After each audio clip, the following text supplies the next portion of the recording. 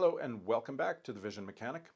Let's talk about child visual development and standardized testing.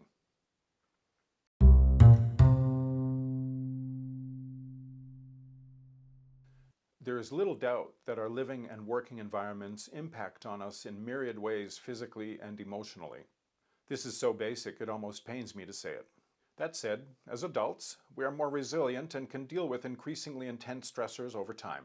Children are much more susceptible to environmental conditions and, furthermore, their environment will have a significant impact on their own growth trajectory through to adulthood. Physiologically, we know that children are cognitively better prepared for reading and mathematics when they are around 7 years of age, so around grade 2. Forcing academic learning before this age is a questionable practice and tends to replace other more body-centric learning, physical, emotional, and sensory.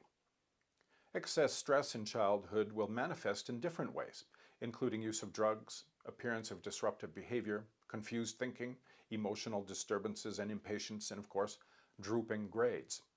We also know that excess stress in darkened environments over extended periods of time will promote nearsightedness, that is to say, myopic progression, among other disorders. To continue, we also know that children who spend more time in the outdoors and more time to mature physically prior to exposure to academic stressors tend to do better academically, medically, and socially. This can also impact on visual development. Let's look at some science from vision research, even though there are numerous studies from education, marketing, medicine, and psychology that we could reference to consider just about every aspect of child development and how our environments impact on human behavior. Before we go on and do that, just take a moment and subscribe to The Vision Mechanic to see more content like this on child vision development and more. Now getting back to this, from a recent study published in the Journal of Ophthalmic and Physiological Optics, OPO, we again see that environment plays a role in both physical development of the visual system, but also in academic outcomes. Both the original study and the summary of the study in Review of Optometry are given below. Myopia rates aren't consistent around the world. Children in China have high reported rates of myopia, while recent studies in Scandinavian children have reported a lower prevalence than other parts of the world. To investigate potential factors behind these contrasting findings, researchers in Sweden conducted a longitudinal study in school children to identify myopia incidence and potential predictors of progression.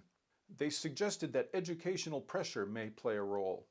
Now, this is consistent with our own findings in reappraisal of the historical myopia epidemic in native Arctic communities from 2021.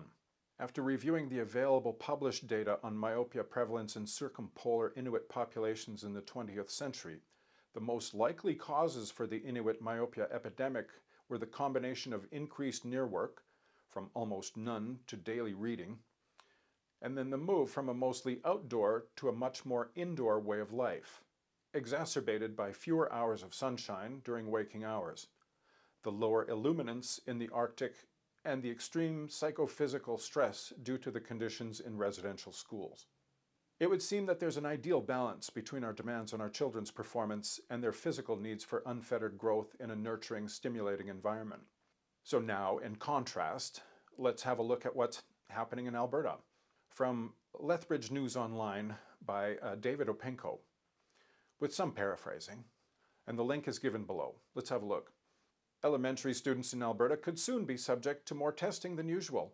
Education Minister Dimitrios Nicolaides has outlined the new enhanced early years assessment framework to school officials. Says the minister, "As you know, students develop critical foundational knowledge in literacy and numeracy in the early years of education. Assessing students in their early years provides essential information to teachers, schools, parents, and Alberta education about potential student learning issues and needs, and ensures that students requiring additional supports receive the help they need early in their education." And so, beginning in the 2024-2025 school year, the following changes to mandatory literacy and numeracy screening requirements will take effect. And again from the article.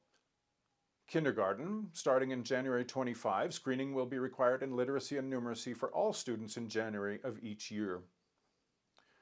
Grades 1 to 3. Mandatory screening assessments will continue in grades 1 to 3. However, the timing and frequency of these assessments will change. Starting in September 24, the literacy and numeracy screening for students in grades 1 to 3 will now be completed in September and January, with an additional assessment in June for those students identified in January as requiring additional supports.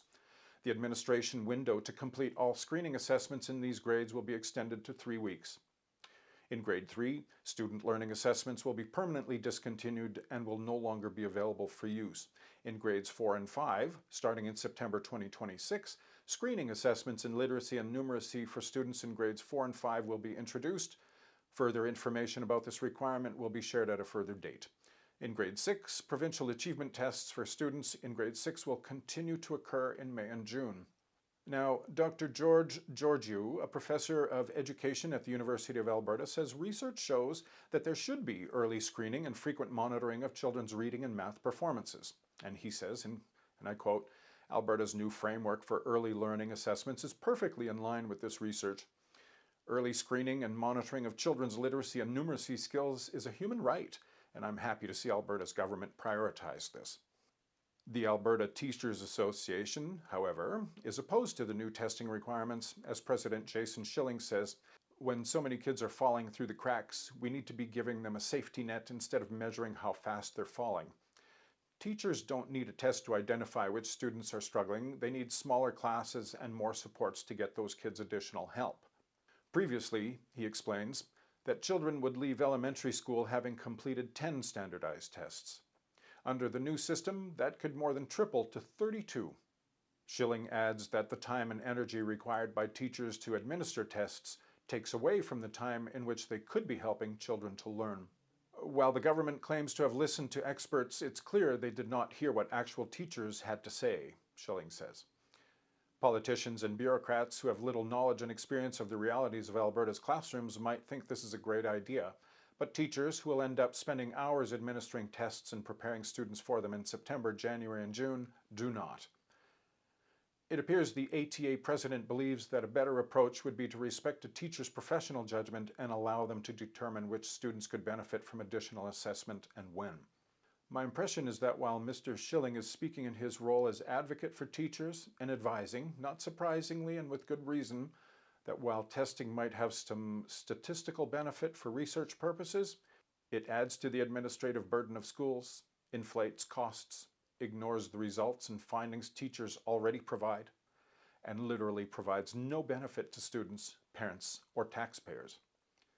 Additionally, from a developmental perspective, adding more stress to students from a younger age, far from liberating them and respecting their human rights, deprives them of an opportunity to grow up normally with the freedom of a reduced stress life and all the cognitive and motor benefits this provides.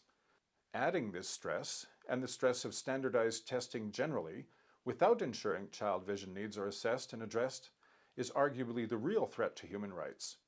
And this is arguably child abuse and neglect, given that results are then used to guide intervention and in some cases restrict opportunities. So what are my observations?